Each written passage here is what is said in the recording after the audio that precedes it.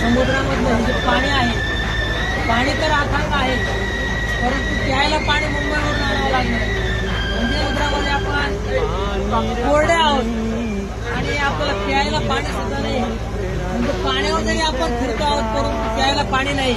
तर या ठिकाणी जमिनीवरचं पाणी आपल्याला प्यायला या समुद्रामध्ये फिरताना आणावं लागत आहे. तर या ठिकाणी पाण्याचा आस्वाद घेताना खरं तर या समुद्रामधलं पाणी जर आपल्याला मानवाला जर प्यायसारखं जर असतं तर किती सुजलाम सुफलाम परिस्थिती झाली असती.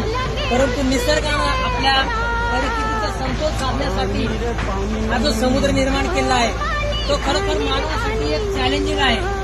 आणि म्हणून आपल्याला हे जे समुद्राचं पाणी आहे ते फक्त पाहायला दिसतं परंतु प्यायला नाही. म्हणजे किती अजब गोष्ट आहे.